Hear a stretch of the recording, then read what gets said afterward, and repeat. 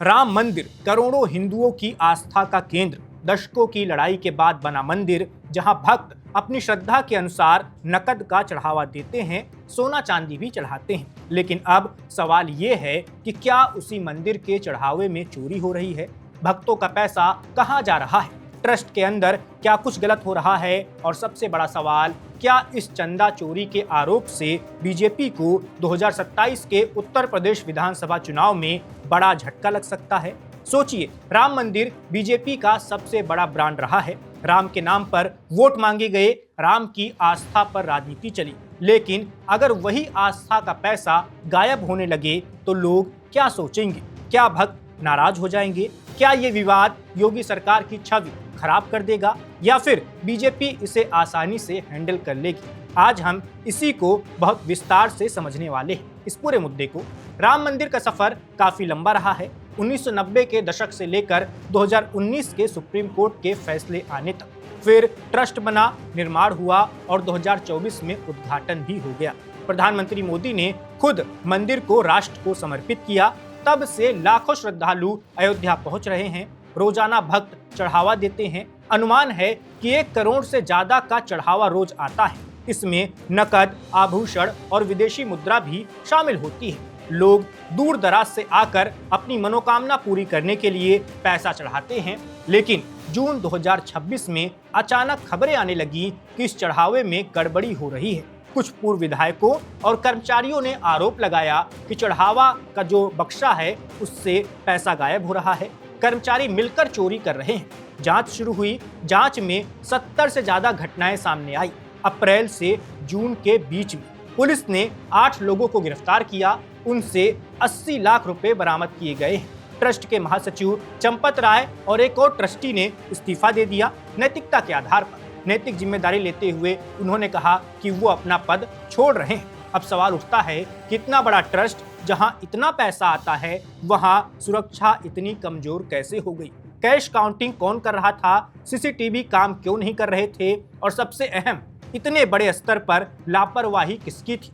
Trust का कहना है कि कुछ कर्मचारियों की चोरी है, यानी सब इसमें शामिल नहीं है। राम मंदिर का जो ट्रस्ट है वो एक स्वतंत्र संस्था है, सुप्रीम कोर्ट ने बनाया था। इसमें विश्व हिंदू परिषद और आरएसएस से जुड़े लोग हैं, लेकिन उत्तर प्रदेश सरकार इसका रोज का हिसाब नहीं देखती। ऑडिट चल रहा है, स्टेट बैंक के लोग भी इसमें शामिल हैं।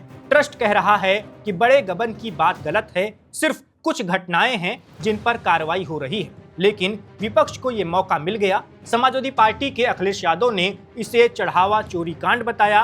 उन्होंने कहा कि भक्तों की आस्था के साथ धोखा हुआ है। कांग्रेस के नेता भी कह रहे हैं कि राम राज में चोरी हो रही है। लोग पूछ रहे हैं, जब मंदिर बीजेपी का प्रतीक है तो जवाबदेही भी बीजेपी की क्यों नहीं है? अब सोचिए, 2027 का चुनाव, उत्तर प्रदेश की 403 सीटें हैं। बीजेपी पिछले कई चुनावों से सत्ता में है। 2017 से लगातार योगी आदित्यनाथ की सरकार बनी हुई है। योगी की सरकार राम मंदिर को अपनी सबसे बड़ी उपलब्धि बताती रही है। लेकिन अब अगर भक्तों के पैसे की चोरी का आरोप लगा तो क्या होगा? क्या अयोध्या और आसपास की सीटों पर इसका असर पड़ेगा? क्या राम भक्त नाराज होकर वोट नहीं देंगे या फिर ये सिर्फ विपक्ष का राजनीतिक हथियार बनकर रह जाएगा? देखा जाए तो नुकसान की संभावना जरूर है। राम मंदिर सिर्फ इमारत नहीं है, ये करोड़ों लोगों की भावना है। जब कोई भक्त अपना मेहनत का पैसा चढ़ावे में चढ़ाता है तो उम्मीद करता है उसका सही उपयोग होगा। अगर खबरें आती रहीं कि पैसा गायब हो रहा है तो विश्वास टूट जाएगा। खासकर मध्य वर्ग और शहरी भक्त जो सोशल मीडिया पर सक्रिय हैं, वे ज्यादा प्रभावित हो सकते हैं। अयोध्या डिवीजन, पूर्वांचल और अवध क्षेत्र में भावनाएं ज्यादा तीव्र हैं।